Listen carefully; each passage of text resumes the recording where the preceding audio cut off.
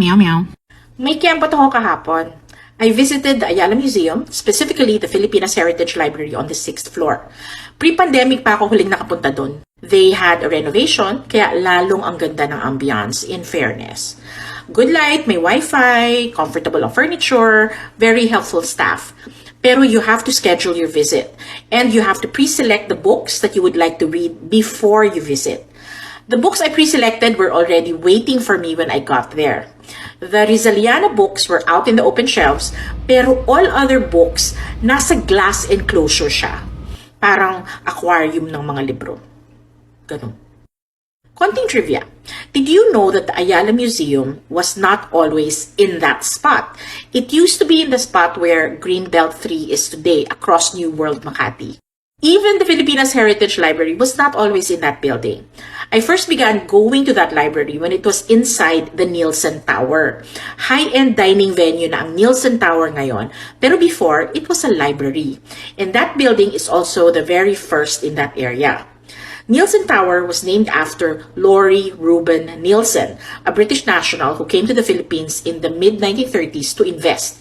He and a few others leased land from the Ayalas to build an airport, and it was called the Nielsen Field. During the Japanese occupation, Nielsen and his family were detained by the Japanese. His American wife and children went to the UST internment camp, but he was sent to Hong Kong, and he vanished. After the war, all his businesses and properties were gone.